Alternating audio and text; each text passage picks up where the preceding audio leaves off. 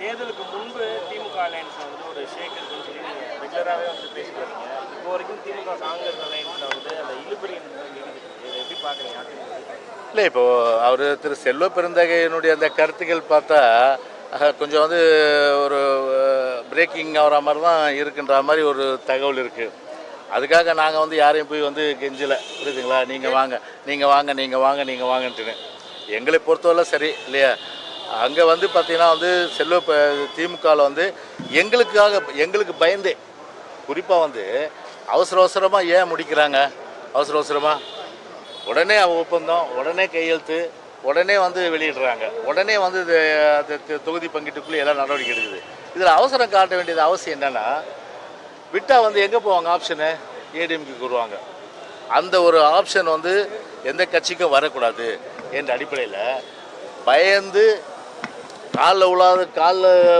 காலில் வந்து விழாத குறையாக கெஞ்சி இன்றைக்கி வந்து சீக்கிரம் அவசர அவசரமாக முடிக்க பார்க்குறேன். இது அவருடைய வந்து ஒரு தோல்வி பயமோ, அதே போல் எங்கள் மேலே உள்ள அந்த ஒரு அச்சத்தை தான் அவங்க வந்து நிச்சயமாக திமுகவுடைய அந்த அவசரத்தன்மை நிச்சயமாக காட்டுது.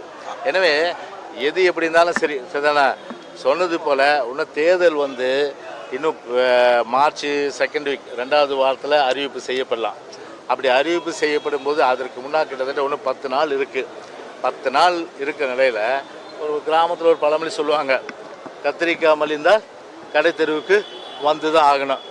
யார் யார் எங்கெங்கே ஜம்ப் பண்ணி எங்கெங்கே போகிறாங்கன்றதெல்லாம் இன்னும் 10 நாள் வந்து தெரிஞ்சிடும். அது வரல வந்து இன்டர்வல். ஓகே, அதிமுக கூட்டணி எந்த அளவில் இருக்குது சார்? நிலை எப்படி இருக்கு? விதமான ஒரு முடிவு வந்து எட்டப்படல இல்லையா? யாருமே வந்து இன்னும் வராத ஒரு சூழல் தானே இருக்கு. இல்லை, இப்போது பொதுச் செயலாளர் பொறுத்தவரையில் நம்முடைய இதே மாளிகையில் ஒரு பேட்டி கொடுத்தார் இல்லையா, எங்களுடைய தலைமையில் நல்ல கூட்டணி அமையும். ஸோ அதுக்கு வந்து டைம் இருக்குது. ஸோ அரசியல் பொறுத்தவரையில் பார்த்தீங்கன்னா அது கடைசி காலகட்டங்களில் வரல, புரியுதுங்களா? நேற்று வந்து இப்போ எங்கள் தலைமை வந்து ஏற்றுக்கிட்டு வர்றது கட்சிகள் ரெடியாக இருக்குது. அதனால் எந்தெந்த கட்சிகள்ன்றது நான் இப்போது இந்த நேரத்தில் சொல்கிறது உசிதமாக இருக்காது.